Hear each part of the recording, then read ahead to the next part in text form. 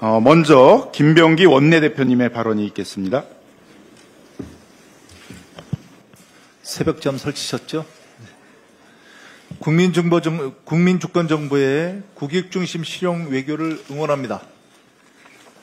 대통령님과 정부가 연일 국익을 위해 애쓰고 성과를 거양하고 있습니다. 한일, 한미 정상회담이 연이어 열렸습니다. 먼저 한일 정상은 17년 만에 공동 발표문을 채택했습니다. 정상 간 셔틀 외교와 함께 사회, 경제, 문화 등 각 분야에서 소통과 협력을 강화하기로 했습니다. 민주당도 든든히 뒷받침하겠습니다. 오늘 새벽에는 한미 정상회담이 열렸습니다. 한미동맹 현대화, 경제 통상 안정화, 새로운 협력 분야 개척을 폭넓게 논의했습니다. 양국 정상은 조선, 에너지 분야 협력 의지를 재확인했고 북핵 문제 해결과 한반도 평화를 위한 아이디어에도 공감했습니다. 양국의 기업들이 조선, 원자력, 항공, LNG, 핵심 광물 등의 분야에서 총 11개의 계약과 MOU를 체결한 것도 큰 성과입니다. 앞으로 실무회담과 추가 조치가 이어질 것입니다. 민주당은 차분히 살피고 최선을 다해 지원하겠습니다. 이번 회담 성과를 구체적이고 지속적인 성과로 이어가겠습니다.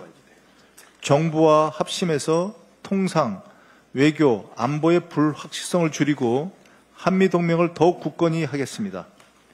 위대한 국민께서 함께 성원해 주시길 부탁드립니다. 8월 입법 성과를 발판으로 국민과 함께 앞으로 나아가겠습니다. 8월 임시국회가 마무리되고 있습니다. 방송정상화 3법, 노란봉투법, 2차 상법 개정안 등 여러 민생개혁 법안이 국회를 통과했습니다. 격려와 응원으로 함께해 주신 국민 여러분께 깊이 감사드립니다. 모두가 만족할 수 있으면 좋겠지만 현실은 그렇지는 않습니다. 그렇다고 멈춰선다면 아무것도 이룰 수는 없을 것입니다. 민주당은 민생개혁 입법을 쉼없이 끝까지 이어가겠습니다. 법과 제도의 시행 과정에서 고쳐야 할 부분은 고치고 부족한 부분은 채워나가겠습니다. 배임죄 등 경제 형벌의 합리화도 같은 맥락입니다. 9월 정기국회에서는 검찰개혁, 가짜정보 근절 등 개혁과제에 집중하겠습니다. 물가안전 등 민생을 단단히 챙기겠습니다. 정부조직법, 공공기관 알박기 근절법 등으로 이재명 정부의 완전한 출범을 뒷받침하겠습니다. 당장의 성과에 만족하지 않고 더 큰 성과를 국민과 함께 계속해서 만들어가겠습니다. 더 확실한 특검법으로 민주주의와 정의를 바로 세우겠습니다. 3대 특검법 개정은 반드시 필요합니다. 왜 필요하냐고 묻는 분들께 질문으로 답해드리겠습니다. 내란이 완전히 종식됐습니까? 윤석열과 그 일당은 심판을 받았습니까? 김건희의 국정농단과 부정부패의 진상은 모두 밝혀졌습니까? 최상병 순직의 진실은 밝혀졌습니까? 답이 명확하지요? 개혁의 대상인 검찰에게 맡겨놨다면 진상규명은 불가능합니다. 내란 수계 윤석열의 구속 취소 사태, 김건희 무혐의 처분, 박정원 대령의 항명죄 기소 등이 그 증거입니다. 특검 수사로 드러난 꼬리에 꼬리를 무는 의혹과 관계자들도 증거입니다. 특검이 없었다면 한덕수, 이상민 등 내란 핵심 동조자들은 여전히 거짓말을 하며 뻔뻔하게 일상을 즐기고 있었을 것입니다. 민주주의와 정의를 바로 세우기 위해 더 강력하고 확실한 특검법을 만들어야 합니다. 내란과 국정농단 세력, 불의한 세력을 반드시 단죄해야 합니다. 민주당은 민주주의와 헌법이 유린당하고 권력형 부패가 면죄부를 받는 일이 없도록 끝까지 최선을 다하겠습니다. 이상입니다. 예, 감사합니다. 다음은 한정혜 정책위원장님께서 발언해 주시겠습니다. 네, 어제 25일 본회의에서 상법 2차 개정안이 통과됨에 따라서 윤석열 정권이 거부권으로 틀어막았던 민생개혁 입법을 완수했습니다. 윤석열 정권 3년 내내 반복되는 거부권 행사로 국민들은 무력감을 느꼈습니다. 3대 특검법을 시작으로 어제 상법 개정까지 이재명 정부 출범 80여일 만에 윤석열 정권 3년의 거부권 체증이 씻은 듯이 내려간 것 같다라고 말씀하십니다. 국민의힘도 이제는 거부권 미몽에서 깨어나길 바랍니다. 무제한 아무 말 토론에 이어서 이재명 대통령에게 거부권 요청까지 하면서 민생개혁 입법을 막아설 것이 아니라 현실을 직시하고 국민 목소리를 경청해야 할 것입니다. 시대 정신, 변화하는 현장에 답하는 국회로 거듭나는 것에 국민의힘도 함께 해주시기 바랍니다. 민주당은 앞으로도 오로지 국민 뜻에 따라 민생개혁 입법을 흔들림 없이 추진해 나가겠습니다.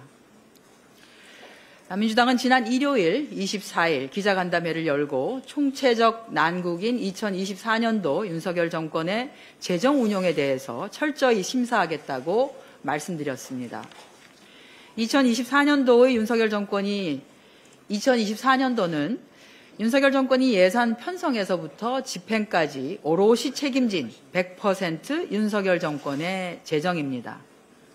사상 초유의 세수 결손, R&D 예산 감축, 기금 돌려막기와 교부세와 교부금의 불용, 말만 앞세우고 지키지 못한 재정 준칙, 의대 증원 등 잘못된 정책 결정에 따른 막대한 재정 누수 등 지난해 윤석열 정권의 재정 운영은 낙제를 넘어서는 충격 그 자체입니다. 국민의힘은 윤석열 정권의 국정운영 공동 책임자로서 물타기 시도를 중단하고 철저한 심사에 동참하기를 바랍니다. 오늘 아침 2026년도 예산안 당정 협의가 있었습니다. 정부와 민주당은 윤석열 정권의 재정 실기를 반면교사 삼아 내년도 예산안이 대외 불확실성에 대응하고 경제 성장과 민생 회복에 기여할 수 있도록 하겠습니다. 국민 주권 정부의 첫 예산안인 만큼 정부의 국정 철학을 충실히 반영하여 국민의 혈세가 오롯이 국민을 위해 쓰여질 수 있도록 최선을 다하겠습니다.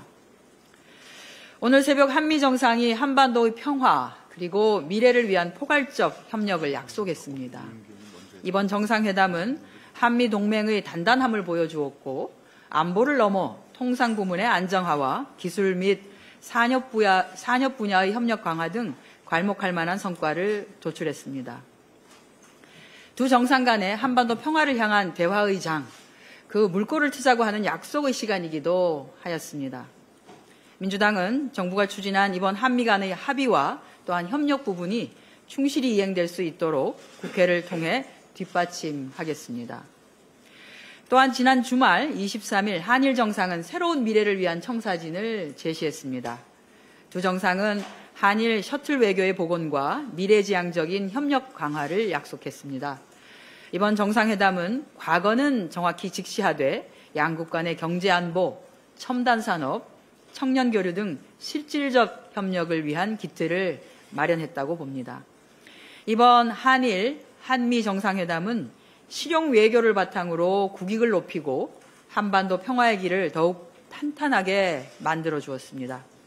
더불어민주당은 앞으로도 국익 우선, 국민 중심 외교의 원칙 아래 한일 동맹이 한반도와 동북아 평화, 그리고 나아가서는 국제사회의 공동 번영에 기여할 수 있도록 최선을 다하겠습니다. 네, 고맙습니다. 예, 고맙습니다. 다음에는 문진석 원내 운영수석 부대표님의 발언이 있겠습니다. 네, 참으로 긴 여정이었습니다. 8월 초 양곡관리법과 농안법 개정에 이어 이번에는 방송 3법, 노란봉투법 2차 상법 개정안을 처리했습니다. 이들 법안은 21대와 22대 국회에서 본회의 통과와 대통령의 거부권 행사가 반복된 만큼 그 의미가 각별합니다. 특히 노란봉투법은 2015년 4월 처음 발의된 이후 비로소 결실을 맺었습니다. 거듭된 거부권의 벽 앞에서도 민주당은 포기하지 않았습니다. 국민의 삶을 지키고 개혁 열망에 응답함으로써 국민과의 약속을 지켰고 새로운 시대를 향해 당당히 나아갈 수 있었습니다. 이번 법안 처리는 몇 가지 중요한 정치적 의미를 지닙니다. 첫째, 대통령의 거부권 행사에도 굴하지 않고 국회가 입법권을 끝까지 지켜냈습니다.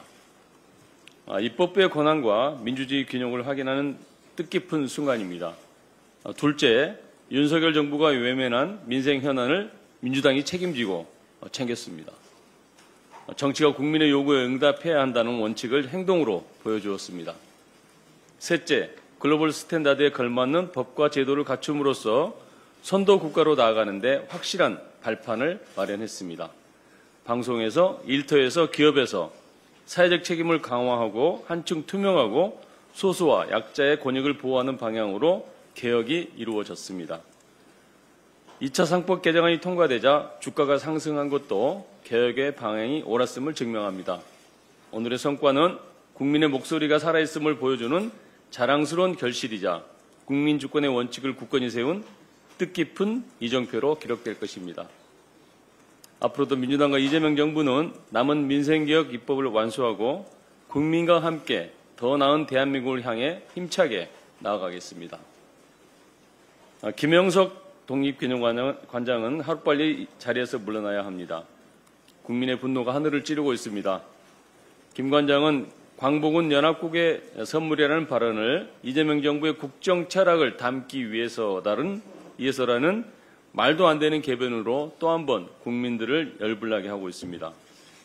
또 자신의 사퇴를 요구하며 시해하는 독립유공자 후손과 시민, 국회의원을 비난하며 최선을 다해 대응하겠다고 합니다.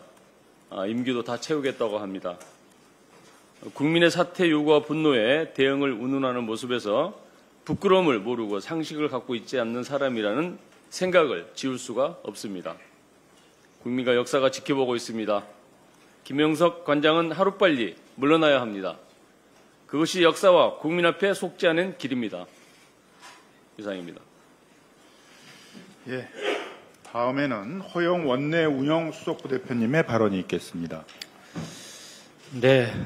대한민국 곳곳에서 기후위기의 심각성을 절실히 체감하고 있습니다. 어제까지만 해도 기록적인 폭우로 곳곳에서 고통과 안타까운 목숨을 잃는 사태도 있었습니다. 그런데 지금 강원도 강릉은 심각한 가뭄에 시달리고 있습니다.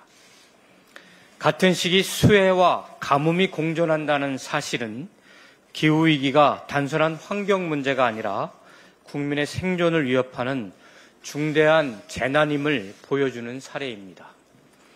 강릉의 상황이 매우 엄중합니다. 최근 6개월 강수량은 평년의 절반 수준에 불과합니다. 주요 취수 원인 오봉저수지 저수율이 17.8%까지 떨어졌고 생활용수는 25일분만 남아 있습니다. 이미 지난 20일부터 50% 제한급수가 시행 중이며 저수율이 더 낮아지면 75% 제한급수도 불가피한 상황입니다. 특히 식당과 카페 등 대중이용시설의 위생 불안도 커지고 있습니다. 관광도시 강릉의 특성을 고려할 때 여름철 특수가 사라지고 지역경제가 크게 위축되고 있는 그런 상황입니다. 무엇보다도 9월까지 뚜렷한 강수 전망조차 없기 때문에 상황은 더 악화될 가능성이 큽니다. 정부의 신속한 대책 마련을 요구합니다. 급수 차량 지원, 관정 개발, 주민지원금 등 긴급 조치를 시행해 주기를 바랍니다. 또한 공공 하수처리수 재이용 사업과 지방상수도 현대화 사업을 속도감 있게 추진해서 특정 취수원 의존도를 줄이고 물 이용 다변화를 꾀하는 것도 굉장히 시급한 과제입니다. 강릉만의 문제도 아닙니다. 고성, 양양 등 영동권 전체가 안고 있는 구조적인 위험입니다. 장기적으로 다목적 농촌용수 개발, 지하수댐 건설, 추가적인 식수댐 건설 등 영동권 전체를 아우르는 물 부족 해소를 위한 마스터 플랜이 필요한 상황입니다. 정청래 당대표가 오늘 새벽에 강릉을 찾았습니다. 마침 비가 왔습니다. 그런데 부족합니다. 강릉에서는 이 첨단 산업 시대에 기후제까지 지내고 있는 그런 상황입니다. 정부의 조속한 그리고 충분한 근본적인 대책을 서둘러 주시길 바라겠습니다. 감사합니다. 예, 다음은 박상혁 원내소통 수석 부대표님 발언 있겠습니다.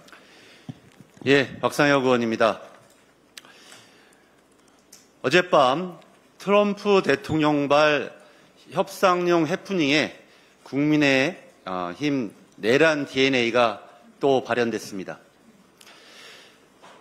트럼프 대통령의 SNS 글은 이재명 대통령의 설명을 듣고 곧바로 오해였음을 확인하고 정정하며 잠깐의 해프닝으로 끝났습니다. 어젯밤 트럼프 대통령이 SNS에 글을 올리자마자 대다수의 우리 국민들, 윤석열의 내란을 막아낸 국민들은 이것이 트럼프 대통령 특유의 협상용 기선잡기다라는 것을 알고 계셨고, 이미 트럼프 대통령에 져서 협상의 기술을 충분히 마스터한 이재명 대통령도 우리 국민들과 같은 생각이셨다고 조금 전 CSIS 연설에서도 얘기를 하셨습니다. 그러나 국민의힘은 이 해프닝에 설레발을 치며 또다시 내란 DNA를 드러내고 말았습니다. 대선 후보였던 김문수 씨는 특검 수사와 무관하고 내란 극복에 힘쓰는 이재명 대통령을 향해 피해 정치 보복을 중단하고 자유민주주의를 파괴하는 폭정을 멈추라는 황당한 주장을 펼쳤습니다. 12.3 내란에 대한 국민의 준엄한 심판이었던 지난 대선 결과를 부정하는 것입니까? 그리고 특검의 수사를 받아야 할 나경원, 주진 의원도 각각 야당에 대한 정치 보복이 미국에겐 숙청처럼 보인다. 특검이 야권 인사들만 수사하는 것은 인민재판이라며 특검 수사에 대한 흠집 내기를 시도했습니다.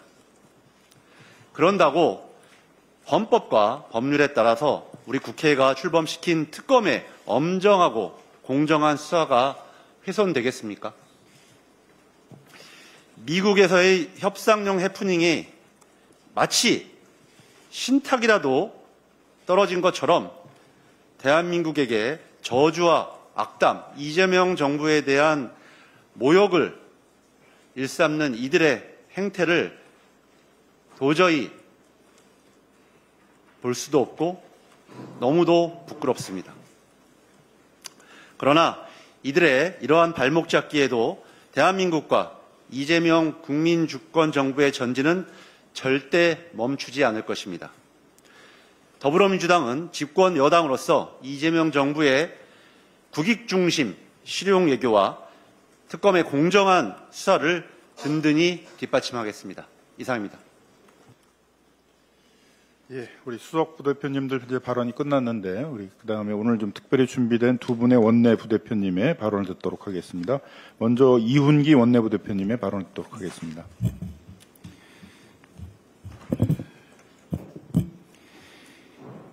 이재명 정부가 출범한 지 석 달이 다 되어가지만 방송통신위원회는 여전히 갈피를 잡지 못하고 표류하고 있습니다. 사실상 업무 마비 상태로 정부 기관으로서의 기능을 완전히 상실한 상태입니다. 방통위가 오늘날 이 지경이 된 것은 오로지 이진숙 방통위원장 한 사람 때문입니다. 방통위 정상화를 위해 이진숙 방통위원장은 즉각 사퇴해야 합니다. 이진숙 방통위원장이 사퇴해야 하는 5가지 이유에 대해 말씀드리겠습니다. 첫째, 이진숙 방통위원장은 지난 5일 방송법 개정안 국회 본회의 통과 직후 자신의 SNS에 편성위원회를 노조 권력화 장치, 민노총 방송장악 수단이라고 규정하고 여론을 호도했습니다. 공영방송의 독립성 보호를 위한 최소한의 장치마저 노영방송이라고 매도하는 행태는 방통위원장 자격 상실을 스스로 증명한 것입니다. 둘째, 대전 MBC 사장 시절 법인카드 유용, 이른바 빵진숙 사건입니다. 이진숙 방통위원장은 2015년 3월부터 2018년 1월까지 법인카드를 사적 용도로 총 1,157회에 걸쳐 약 1억 4,279만 원을 사용했다는 의혹을 받고 있습니다. 업무상 배임 혐의로 고발됐고 사법 처리가 초읽기에 들어가 있는 상황입니다. 셋째, 지난 6월 27일 방통위는 계약 없이 용역업체를 동원해 PC, 노트북, 서버 등 241대 중 일부를 천공하고 파쇄를 시도했습니다.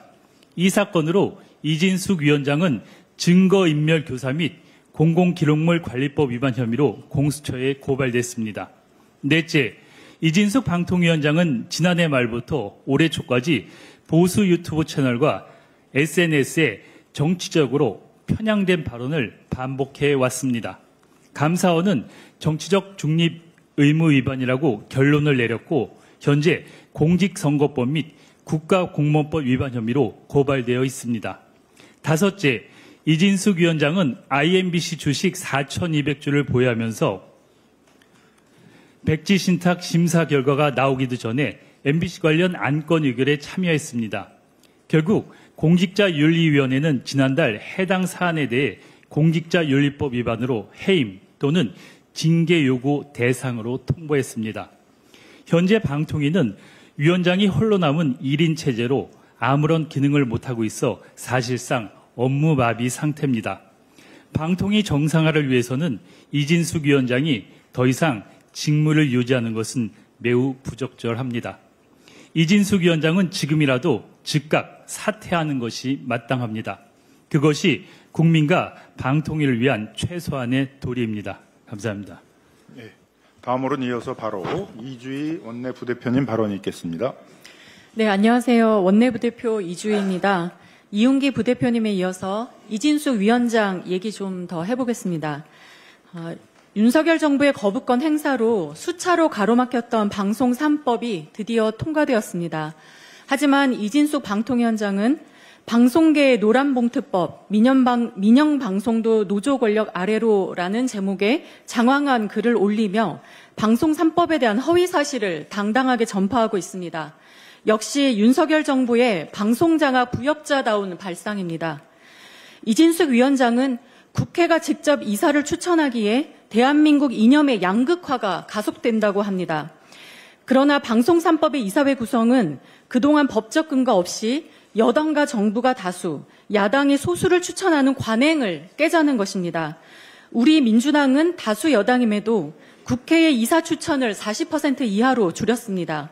어느 정부도 하지 못한 방송정책 민주화를 위해 그 권한을 내려놓았습니다. 이사회 구성의 민주화와 다양성 확대가 어떻게 이념의 양극화를 가속한다는 논리로 귀결됩니까? 이진숙 위원장은 특정 생각을 가진 사람들끼리만 이사회를 구성해야 한다는 것입니까?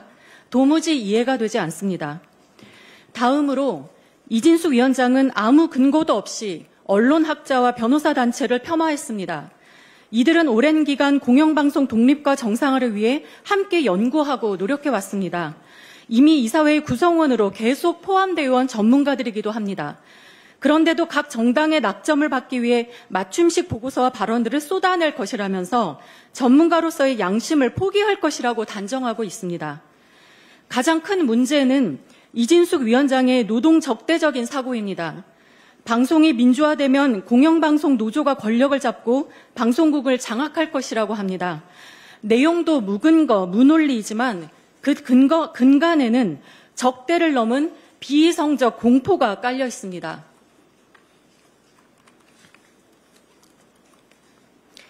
우리 국민 다수는 노동자이고 헌법은 노동자들에게 단결권, 단체 교섭권, 단체 행동권을 보장하고 있습니다. 다수 국민의 목소리와 행동을 적대하고 나아가 공포감을 느낀다는 것 자체가 민주공화국에 어울리지 않는 반헌법적 사고를 가졌다는 방증입니다. 국회와 국민을 적대시한 윤석열이 오버랩됩니다. 이진숙의 허황된 주장을 다 반박하기엔 시간이 부족하여 생략합니다. 거짓은 진실을 이길 수 없고 공영방송 정상화와 민주화에 대한 국민의 염원을 막을 수 없습니다. 민주당은 방송 3법 개정을 시작으로 방송과 언론을 국민의 품으로 돌려놓는 언론개혁 하나하나 따박따박 추진해 가겠습니다. 감사합니다. 예. 이상으로 준비된 모든 발언이 끝났습니다. 8월 26일 49차 원내 대책회의를 마치도록 하겠습니다.